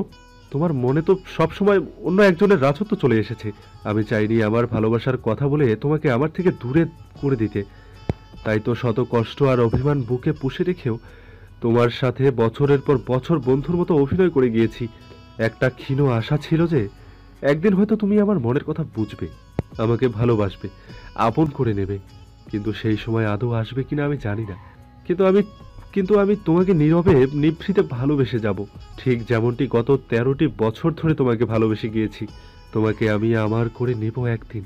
তুমি আমার জন্যই পৃথিবীতে জন্মেছো। অনেক ভালোবাসি প্রিয়তমা তোমাকে, অনেক, যেটা এক আকাশ পরিমাণ থেকেও বহুগুণ বেশি। আদনান আরও কিছুক্ষণ ছবিটির দিকে তাকিয়ে থেকে চুমুন দিলে ছবিটিতে। এরপর ছবিটি বুকে আগলা নিয়ে খাটে হেলান দিয়ে চোখ বন্ধ করে শুয়ে থাকলো। কিন্তু পৃথিবীতে সবাই যা চায় তাই কি পায়? সবার ইচ্ছার প্রতি পূর্ণতা মেলে। বাকি অপূর্ণতার আড়ালেও স্রষ্টা আমাদের জন্য অন্য কিছু ভেবে রেখেছেন, যেটা আমরা হয়তো সময় মতো বুঝতেই পারি না। রাতে রিদিতার নাম্বারে আদনানের কল এলো। রিদিতা তখন আরিয়ানের দেওয়া তার ছোটবেলার প্রিয় কতগুলো চকলেট আর ডায়মন্ডের ব্রেসলেটটা দেখছিল। সেগুলো ধরে ধরে মিটিমিটি হাসছিল সে। রিদিতা অবশ্য ডায়মন্ডের ব্রেসলেটটা চায়নি। সে হাতে গোলাপ এবং বেলি ফুলের মালা পেয়েই খুশি হয়েছিল। কানে গুজে নিয়েছিল কাঠগোলাপ, কিন্তু আরিয়ান জোর করে তাকে ব্রেসলেটটা কিনে দিয়েছে। রিদিতার অবশ্য ডায়মন্ডের একটা আংটি ভীষণ পছন্দ হয়েছিল, কিন্তু আরিয়ানকে সেটা বলেনি। আরিয়ান রিদিতার দৃষ্টি আর পছন্দ বুঝতে পেরে সেটা লুকিয়ে রিদিতার অজান্তে কিনে ফেলেছে। সময় মতো সেটা সে রিদিতাকে উপহার দেবে। তার সাথে আরও একটি সারপ্রাইজ আছে, যেটা রিদিতাকে এখনই জানাবে না সে। এদিকে রিদিতার নাম্বারে প্রথম কয়েকবার রিং হওয়ার পরও রিসিভ হলো না দেখে আদনান বেশ রেগে গেল। এমনিতেই ওর মন মেজাজ সবসময় খিটখিটে হয়ে থাকে, বেশ বদমেজাজি হয়ে থাকে। তাই সম্মানে কিছুটা তার মেজাজ খুব খারাপ হয়ে যায়। রিদিতা আরিয়ানের স্বপ্নে বিভোর হয়ে থাকে। জগৎ থেকে বেরিয়ে এসে ফোনটা ধরলো। এতদিন পরে আদনানের কল এসেছে দেখে খুব খুশি হলো সে। এতদিন তো আরিয়ানকে নিয়ে ব্যস্ত থাকতে থাকতে ওর কথাই মনে ছিল না। হ্যালো আদনান ভাইয়া, কেমন আছো? রিদিতার মুখে ভাইয়া ডাক শুনে আদনানের মেজাজ আরও চটে গেল। তাও কোনো রকম নিজের রাগ নিয়ন্ত্রণ করে শান্ত কণ্ঠে বলল, এই তো ভালো আছি। তোমার কি অবস্থা বলো? আমার কথা তো একেবারে ভুলে গেছো। আসলে ভাইয়া এখানে একটু ব্যস্ততা ছিল, তাই তোমার সাথে ফ্রি হয়ে কথা বলতে পারিনি। আচ্ছা, ভাইয়া ডাকটা বন্ধ করো তো। আমরা বলতে গেলে প্রায় সমবয়সী। তোমার থেকে আমি বড়জোর 2 বছরের বড়। তাই তোমার মুখে আমাকে ভাইয়া ডাকটা মানায় না। ছোটবেলা থেকে অভ্যাস তো, তাই আর চেঞ্জ করতে পারিনি। আচ্ছা, এখন থেকে শুধু আদনান বলে ডাকবো। Good girl. তো আরিয়ানের কি অবস্থা এখন? কেমন আছে সে? আলহামদুলিল্লাহ, আগের থেকে এখন অনেক ভালো আছে। ভালো তো থাকবেই, দেখতে হবে না সে কে আছে ওর পাশে? তুমি যেখানেই থাকবে সেখানেই সবাইকে ভীষণ ভালো করে রাখবে, এটা আমি খুব ভালো করেই জানি। রিদিতা মুচকি হাসলো, আর এদিকে আদনানের মনের ভেতরটা চলে যাচ্ছে। সে কিছুতেই রিদিতাকে বলতে পারছে না রিদিতা আরিয়ানের সাথে থাকাটা তার একদমই পছন্দ হচ্ছে না, তাও শুধুমাত্র সৌজন্যতার খাতিরে ওকে বলতে পারছে না। তুমি দেশে আসবে না আদনান? হ্যাঁ, ভাবছি নেক্সট উইকে আসবো। বাবার বিজনেসের কিছু ঝামেলা ছিল, সব মিটিয়েই তারপরে আসবো। সাথে ড্যাড আর মাম্মাকেও নিয়ে আসবো। রিদিতা খুশি হয়ে বলল, তাহলে তো খুব ভালো হয়। অনেক দিন তোমাদের সাথে দেখা হয় না, প্লিজ তাড়াতাড়ি চলে আসো। আদনান মুচকি হেসে বলল, হ্যাঁ অবশ্যই আসবো। তোমাকে কতদিন হলো দেখি না, তোমাকে দেখার জন্য হলেও অন্তত আসতে হবে। রিদিতা কোনো জবাব দিল না। হঠাৎ করে আদনানের কথাগুলো তার কেমন যেন অন্যরকম লাগছে। কিছুক্ষণ চুপ থাকার পর আদনান বলল, একটা কথা বলবো রিদিতা? হ্যাঁ বলো না, এটা আবার জিজ্ঞেস করতে হয় নাকি? ওপাশ থেকে আবারও প্রগাঢ় নীরবতা নেমে আসলো। আদনান অনেক কষ্ট করে হলেও ভালোবাসি কথাটা মুখে আনতে পারল না। কি যেন একটা ভেতর থেকে তাকে বাধা দিচ্ছে। বেশ অনেকক্ষণ পরে একটা দীর্ঘশ্বাস ফেলে আদনান বলল, না কিছু না, তুমি ভালো থেকো। বলে আর কোনো কিছু শোনার অপেক্ষা না করে দ্রুত ফোন কেটে দিল আদনান। রিদিতা হতভম্ব দৃষ্টিতে ফোনের দিকে তাকিয়ে রইল, আর আদনান গভীর একটা দীর্ঘশ্বাস ফেলে চোখের কোণের পানিটুকু মুছে নিল। পা টিপে টিপে মিসেস শাইলার রুমে প্রবেশ করলো আরিয়ান। পুরো রুমে পর্দা টেনে দিয়ে অন্ধকারাচ্ছন্ন করে রেখে ইজি চেয়ারের শরীর এলিয়ে বসে আছেন মিসেস শাইলা। কারো পদধ্বনি ও উপস্থিতি টের পেয়ে দ্রুত চোখ মেলে তাকালেন তিনি। চারপাশ আবছা অন্ধকার থাকলেও নিজের একমাত্র ছেলেকে চিনতে ভুল করেন না তিনি। ধীরে ধীরে উঠে বসে তিনি স্বাভাবিক কণ্ঠে বলে উঠলেন, এদিকে আসো আরিয়ান। আরিয়ান কি করবে বুঝতে না পারে সেখানেই দাঁড়িয়ে রইল। রিদিতার কথা মতো সে মায়ের কাছে তার ব্যবহারের জন্য মাপ চাইতে এসেছে। রিদিতা তাকে মিসেস শাইলার অবদান সম্পর্কে অনেক বুঝিয়ে বলেছে, পাশাপাশি তার প্রতি সব মান অভিমান ভুলে পুনরায় স্বাভাবিক সম্পর্ক গড়ে তুলতেও বলেছে। রিদিতার এক প্রকার জোড়াজড়িতেই সে তার মায়ের কাছে এসেছে। কি হলো, এসো বাবা। আরিয়ান গিয়ে মায়ের কাছে হাঁটু গেড়ে বসলো। মিসেস শাইলা পরম যত্নে তার মাথায় হাত বুলিয়ে দিতে লাগলেন। আরিয়ানের মনোভাব বুঝতে পেরে তিনি শান্ত কণ্ঠে বলতে লাগলেন, আমি জানি তুমি মন থেকে এখনো আমাকে ক্ষমা করতে পারোনি আরিয়ান। না করতে পারাটাই স্বাভাবিক। ছোট থেকে তোমার প্রতি কম অবহেলা করিনি। বলতে গেলে তোমার আর তোমার বাবার প্রতি এক প্রকার উদাসীন ছিলাম। দাম্পত্য জীবনে ভুল বোঝাবুঝির ফলে তোমার বাবার সাথে আমার দূরত্ব সৃষ্টি হয়। এরপর তার সাথে মৃত্যু পর্যন্ত ঝগড়াঝাটি মানবিমান লেগেই ছিল। তার মৃত্যুর পর সব সত্যিটা জানতে পেরে অনুশোচনা আর অপরাধ বোধে আমার হৃদয় বিষিয়ে গিয়েছে। আমি এখনো নিজেকে ক্ষমা করতে পারি না। তবে একটা সত্যি কথা কি জানো, আমি যতই তোমার বাবার সাথে ঝগড়াঝাটি করতাম না কেন, কখনো মন থেকে তার থেকে আলাদা হতে চাইনি। তুমি আমাদের দুজনের মাঝে সেতু বন্ধনের মতো হয়ে আমাদের দুজনকে এক করে রেখেছিলে। কিন্তু নিজের দুঃখ কষ্টের ঝেড়ে তোমার প্রতি কখনো যে চরম অন্যায় করে ফেলেছি বুঝতেই পারিনি। তোমার বাবা তো আমাকে ক্ষমা না করে চিরদিনের জন্য পরপারে চলে গেলেন। এখন তুমি যদি আমাকে ক্ষমা না করো তাহলে আমার বেঁচে থাকাটাও যে বিষাক্ত হয়ে যাবে। চরম অশান্তির আগুনে মরে মৃত্যুর পরেও যে সুখ খুঁজে পাবো না। বলতে বলতে অঝরে কেঁদে উঠলেন মিসেস শাইলা। আরিয়ান সেটা দেখে নিজেকে আর স্থির রাখতে পারল না। মায়ের কথা ও কান্নার আহাজারিতে সমস্ত অভিমান আর ক্ষোভের পারদ গলতে গলতে একসময় সেগুলো পুরোপুরি নিঃশেষ হয়ে গেল।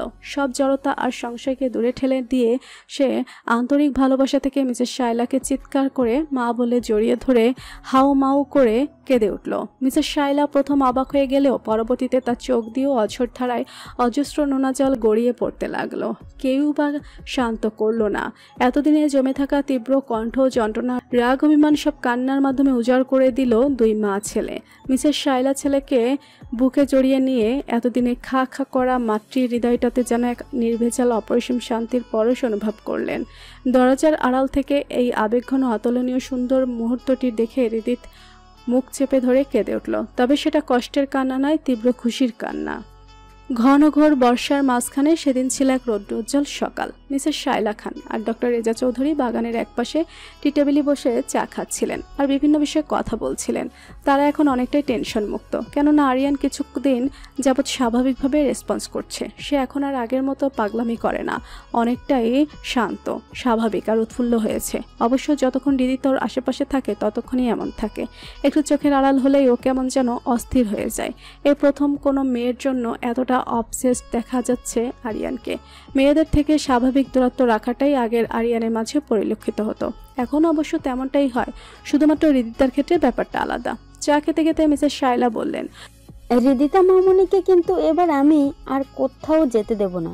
রেজা ভাই, আরিয়ান পুরোপুরি সুস্থ হলে ওকে ওর বউ করে এই বাড়িতে রেখে দিব।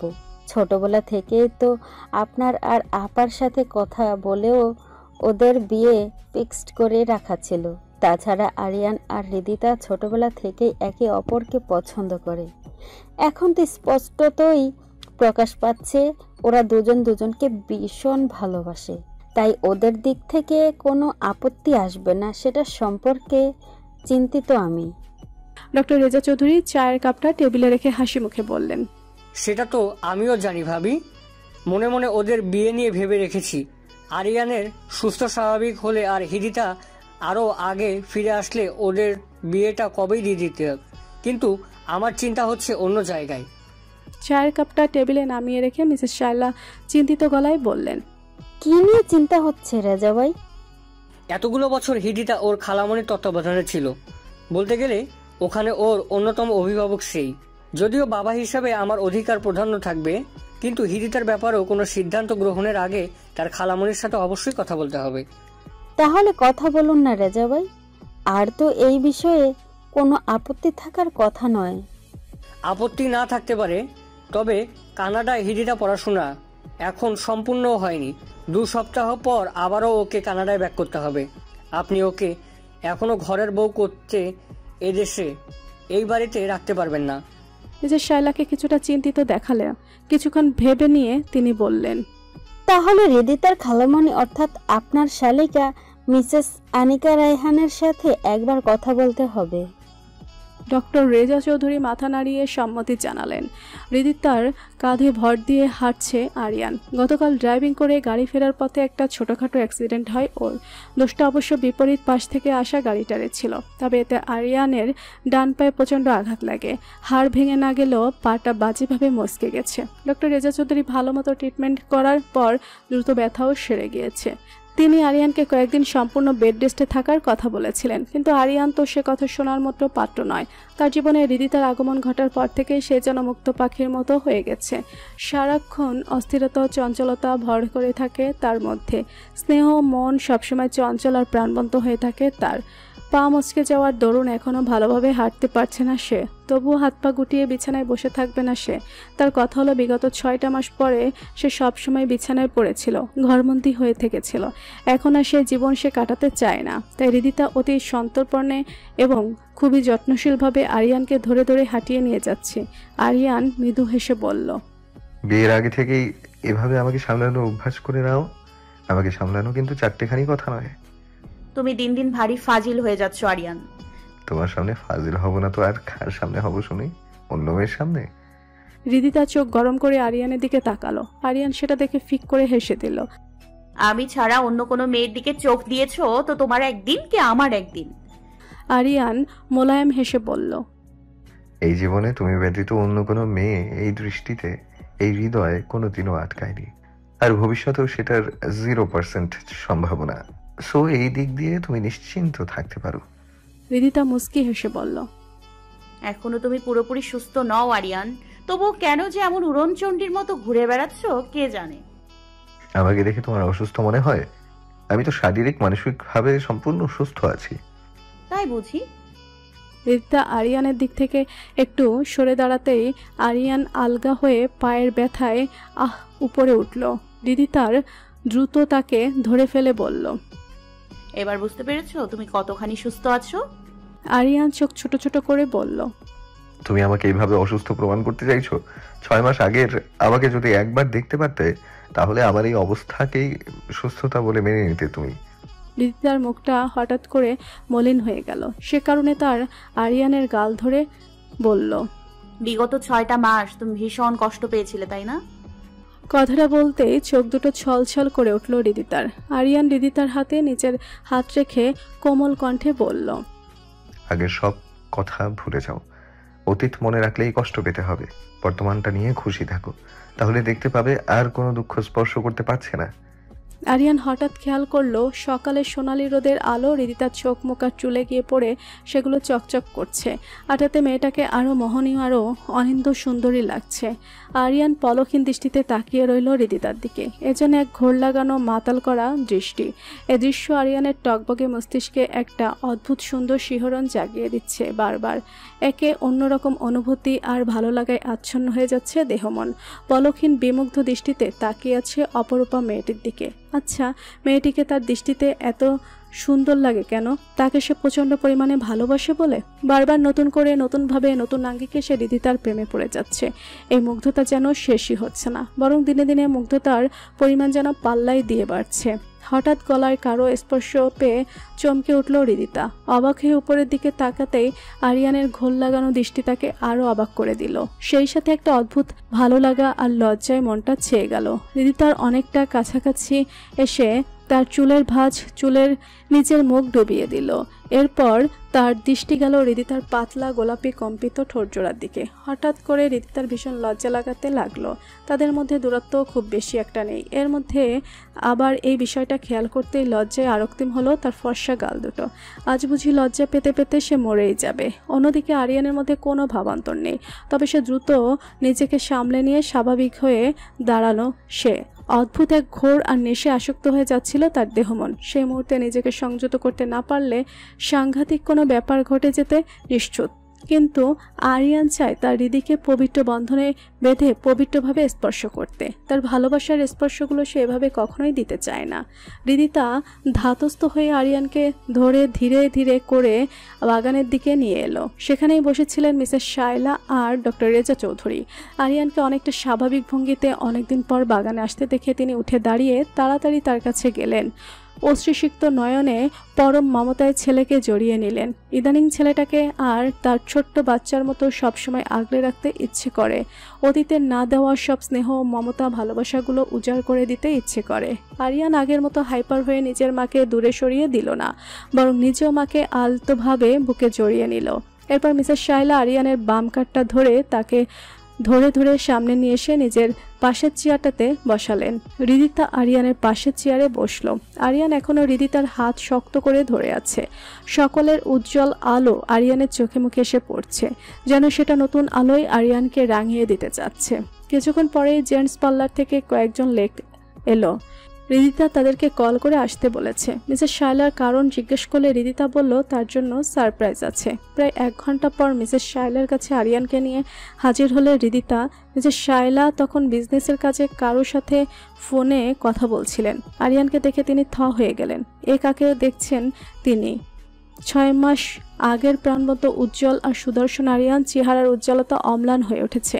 দেখতে সেই পুরনো আরিয়ানের মতোই লাগছে। সে সুন্দর স্পেক করা সিল্কি চুল, মায়াবী দুটি চোখ এবং সেই সাথে মসৃণ ভুরু জোড়া, খাড়া চৌকস নাক, ঈষৎ গোলাপি ঠোঁট, গালে ট্রিম করা খোঁচা খোঁচা চাপ দাড়ি এবং সুটাম দেহের গড়নে অসম্ভব সুদর্শন লাগছে আগ্নেয়গিরিকে। সেই সাথে ব্ল্যাক বেল্ট দিয়ে ইন করা ব্ল্যাক জিন্স, ব্ল্যাক শার্ট আর অফ হোয়াইট রঙের স্যুট পরা এক পরিপাটি আরিয়ান। তোমার ছেলেকে কেমন লাগছে মামনি? এতগুলো দিন সে নিজের কি হাল করে রেখেছিল। নিজের যত্ন নেয়া আর পরিপাটি হয়ে থাকা সব যেন ভুলে গিয়েছিল।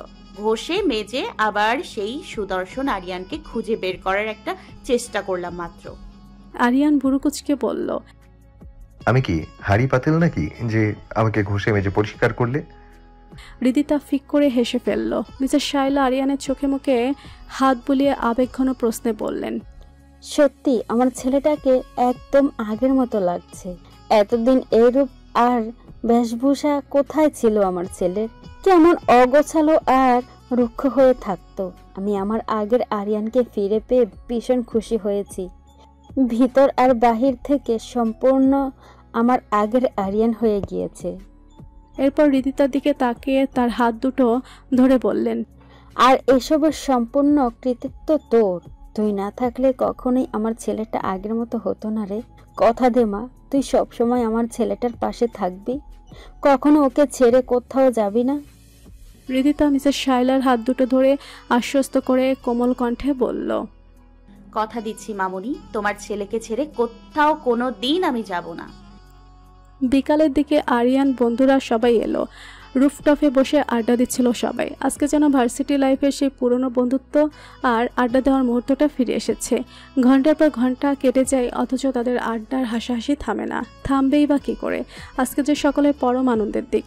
তাদের পুরনো আরিয়ান, তাদের প্রিয় বন্ধু আরিয়ান আবার তাদের সাথে সেই পূর্বের মতো মিশে গেছে। এর চেয়ে বড় খুশি আর আনন্দের ব্যাপার আর কি হতে পারে? একসময় রিদিতা ট্রেতে করে চা এবং স্ন্যাক্স নিয়ে এসে রুফটপে প্রবেশ করলো। রিদিতার পরনে মেরুন রঙের গর্জিয়াস একটা গাউন, চুলগুলো আজকে স্ট্রিট করা, তবে দুপাশে হালকা কার্ল করে কোঁকড়ানো। মুখটা প্রতিবারের মতো অসম্ভব মায়াবী লাগছে। আরিয়ান সেদিকে তাকিয়ে আর দৃষ্টি ফেরাতে পারল না। প্রতিবার কেন যে সে রিদিতার প্রতি এমনভাবে আটকে যায় সেটা সে কিছুতেই বুঝতে পারে না। শান্ত সেটা বুঝতে পেরে আরিয়ানকে হালকা একটু গুঁতো দিয়ে গলা খাকারি দিয়ে বলল, বন্ধুরে, ওকে সারা জীবন দেখতে পারবি, এখন একটু আমাদের দিকে তাকা। আরিয়ান অপ্রস্তুত হয়ে বসে পড়ল। হারামি বন্ধুগুলোর জ্বালায় ওদের সামনে কোনো কিছুই করা যায় না। পান থেকে চুন খসলে সেটা নিয়ে মজা করা শুরু করে দিবে। শান্তর কথা শুনে সবাই হো করে হেসে উঠল। ওদিকে রিদিতা তো লজ্জায় পুরো লাল হয়ে গেছে। বেচারি আসতে না আসতেই ওকে লজ্জায় ফেলে দিয়েছে। ও শুভ্র মায়াবী ফর্সা মুখটা পুরো আরক্তিম বর্ণ ধারণ করেছে, পুরো একটা লালপরি হয়ে গেছে যেন। আরিয়ান সেটাও খুব সুন্দরভাবে খেয়াল করলো। মুখে একটা বাঁকা হাসি ফুটে উঠল তার। রিদিতা লজ্জা পেয়ে চলে যেতে নিলেই ঈশিতা ওর হাত ধরে ফেললো, বলল, কোথায় যাচ্ছ তুমি? বসো এখানে। রিদিতা তাকিয়ে দেখলো আরিয়ানের পাশের একটা সিট খালি হয়ে আছে, কিন্তু ও আসার পরে দেখেছিল সিটটা শান্ত বসেছিল। ওকে আরিয়ানের পাশে বসতে দেওয়ার জন্যই মনে হয় উঠে গেছে শান্ত। এতে রিদিতা লজ্জা পেলেও মনে মনে বেশ খুশি হলো। শান্ত সেটা বুঝতে পেরে রিদিতাকে উদ্দেশ্য করে বলল, হয়েছে, এত লজ্জা পেতে হবে না। কিছুদিন পর তো আমাদের ভাবি হয়ে যাবে, তখন তো আর এত মস্কারা করতে পারবো না। এখন না হয় বন্ধু হিসেবে মস্কারা করে নেই একটু। হঠাৎ আরিয়ান বলে উঠল, তাহলে আমিও তোকে আর ঈশিতাকে বন্ধু হিসেবে একটু মজা করে নেই। কয়েকদিন পর তো ঈশিতা আমাদের ভাবি হয়ে যাবে, তখন তো আর মস্করা করতে পারবো না। আরিয়ানের কথায় চুপসে গেল শান্ত। এই বেটা আবারও ওকে গোল খাইয়ে দিল। ঈশিতাও লজ্জায় মাথা নিচু করে নিয়েছে। আড়ালে আড়ালে শান্তকে চুপ থাকতে চোখ রাঙানিও দিল। এদিকে সবাই আবারও হাসতে লাগলো। ওদের অবস্থা দেখে সবাই ইচ্ছে মতো মজা নিচ্ছে। এদিকে রিদিতের হাতে চা খেয়ে সবাই প্রশংসায় পঞ্চমুখ হয়ে গেল, সাথে হালকা স্ন্যাক্স। এতেই যেন অমৃত লাগছে। রিদিতাও এখন ওদের সাথে পুরোপুরি বন্ধুত্ব হয়ে গেছে, তাই আরিয়ান আর ওদের সাথে জড়িয়ে আড্ডা দিচ্ছে। রেহান উচ্ছ্বসিত কণ্ঠে বলে, যাক, আবারও আমাদের পুরনো আরিয়ানকে ফিরে পেয়ে আমরা ভীষণ খুশি হয়েছি। কি বলিস তোরা? সবাই হৈ হৈ করে রেহানের কথায় সম্মতি জানালো। তন্ময় বলে উঠল, তা মামা, ট্রিট দিচ্ছিস কবে? এবার কিন্তু সব ট্রিট একসাথে নেব বলে দিলাম। আরিয়ান ভুরু কুচকে বলল, সব ট্রিট বলতে কি বোঝাতে চাচ্ছিস? এই যে তুই আগের লুকে ফিরে এলি, প্রেম করে ফেললি, দুদিন পর বিয়ে শাদী করে বাচ্চা কাচ্চার বাপ হয়ে যাবি, এইসবের জন্য ট্রিট একসাথে দিতে হবে না। আমার ট্রিটের কথা বাদ দে। তুই যে রিঙ্কির সাথে গোপনে গোপনে চক্কর চালাচ্ছিস সেসব কিন্তু আমি ভালো করেই জানি। তোদের প্রেম আর বিয়ের ট্রিটটা কবে দিবি আগে সেটা বল। সবাই দুম করে তন্ময়ের দিকে তাকালো। বেচারা ভেবাচেকা খেয়ে একজন গো বেচারার ভান করে বসে আছে। আরিয়ান যে হাটে এভাবে হাড়ি ভেঙে দিবে সেটা সে ভাবতেও পারেনি। অন্যদিকে রিঙ্কি ফোনের অজুহাতে লজ্জা এড়াতে ছাদের অন্য পাশে চলে গেছে। শাকিলের অবস্থা দেখে রিদিতার বেশ হাসি পেল। অবস্থা আরিয়ানকে বন্ধুদের সাথে এভাবে খোলা মনে আড্ডা দিতে দেখে মনে মনে বেশ স্বস্তিও পেল। শান্ত টিপ্পনি কেটে বলে উঠল, আচ্ছা, তলে তলে এই চক্কর চলে তোদের? এবার দেখ তোদের কিভাবে জ্বালাতন শুরু করি। আমার আর ইতিশার সময় কম জ্বালাস নি তোরা। রোহান শান্তর কথায় ভালো তাল মিলিয়ে বলল, কি বলেছিস শান্ত? আমাকে আর শ্রাবণীকেও কম জ্বালায়নি ওরা। এবার এদের সাথে সাথে যে কয়টা প্রেম করে ধরা খাবে সব কয়টাকে উচিত শিক্ষা দিতে হবে। সে অসময়ের মতো বলল, বন্ধুর প্রতি এভাবে বদলা নিবি তোরা? নিব না মানে? আলবাত নিব। শান্ত ভিলেন মার্কা একটা হাসি দিল। এরপর আরিয়ানকে প্রশ্ন করলো, কিন্তু তুই ঘরে বসে ওদের সম্পর্কে কিভাবে জানলি রে? আরিয়ান বেশ ভাবসাব নিয়ে বলল, এই আরিয়ানের কাছে কোনো খবরই গোপন থাকে না। আগেও তোদের মধ্যে কি কি চক্কর চলতো সব জানতাম, এখনো সবই জানি। তন্ময় এবার বলে উঠল, তুই আবার ভার্সিটিতে জয়েন কর আরিয়ান, এখনো সময় শেষ হয়ে যায়নি। কয়েক মাসের ব্যবধানে অনেকটা পিছিয়ে গেছিস ঠিক আছে, কিন্তু আবারও কামব্যাক করে তুই তোর স্টাডি লাইফ স্টার্ট করতে পারবি। আর তোর প্রতি প্রফেসর যেসব মিথ্যা অভিযোগ এনেছিল সেটা প্রীতম আর ওর বাবার প্ল্যান ছিল। পরবর্তীতে সব কথা ফাঁস হয়ে গেছে। ওই প্রফেসরকে তখনই সাসপেন্ড করা হয়েছিল, কিন্তু ওই বেটা প্রতিম ফ্যামিলি সহ দেশ ছেড়ে পালিয়েছে বলে ওকে আর ধরা হলো না। কিন্তু কতদিন আর বিদেশে লুকিয়ে থাকবে? একদিন না একদিন তো দেশে আসতেই হবে। সেদিন বেটাকে জন্মের শিক্ষা দিব আমরা। তাছাড়া রাইসা আর ওই ফর্ড মেয়েটার ব্যাপারেও সবাই অনেক আগেই সবকিছু জেনে গিয়েছিল, তাই তোর দিকে আঙ্গুল তোলার সাহস কারো হবে না। প্রীতমের সাথে সাথে যদি রাইসাটাকেও খুঁজে পেতাম তাহলে দুইটাকে উচিত শিক্ষা দিতাম। এখন তুই এসব কিছু ভুলে আবার ভার্সিটিতে যাওয়া শুরু কর আরিয়ান। সবাই তন্ময়ের কথায় সম্মতি জানালেন। আরিয়ান মনে মনে ভাবতে লাগলো কি করা যায়। তার আগে রিদিতা বলে উঠল, আরিয়ান আগামীকাল থেকেই ভার্সিটি যাওয়া শুরু করবে। সবাই রিদিতার কথা শুনে অবাক হয়ে গেল, সেই সাথে প্রচণ্ড খুশিও হলো। রিদিতা বলে দিয়েছে মানে আরিয়ানকে সেটা অবশ্যই পালন করতে হবে। রিদিতার কথা অগ্রাহ্য করবে এমন মানুষ আরিয়ান নয়। আরিয়ান আর হৃৎপিণ্ডটা একদৃষ্টিতে একে অপরের দিকে তাকিয়ে রইল, যেন চোখে চোখে হাজারো কথা বিনিময় করছে তারা দুজন। এরপরে সবাই রিদিতাকে অনুরোধ করলো একটা গান গাওয়ার জন্য। আরিয়ালের কণ্ঠে গান সবই বহুবার শুনেছে, এবার মলিনতার মুখে যেন শুনতে চায়। আরিয়ান নিজেও সেখানে একমত। রিদিতা সবার অনুরোধ রক্ষা করতে আরিয়ানকে উৎসর্গ করে খালি গলায় একটা গান গাইল। তাতে গিটারের শব্দ যোগ করলো আরিয়ান। তুমি আমার এমনই একজন, যারে এক জনমে ভালোবেসে ভরবে না মন। এক জনমের ভালোবাসা, এক জনমের কাছে আসা, একটি চোখের পলক পড়তে লাগে যতক্ষণ। তুমি আমার এমনই একজন, যারে এক জনমে ভালোবেসে ভরবে না মন। ভালোবাসার সাগর তুমি,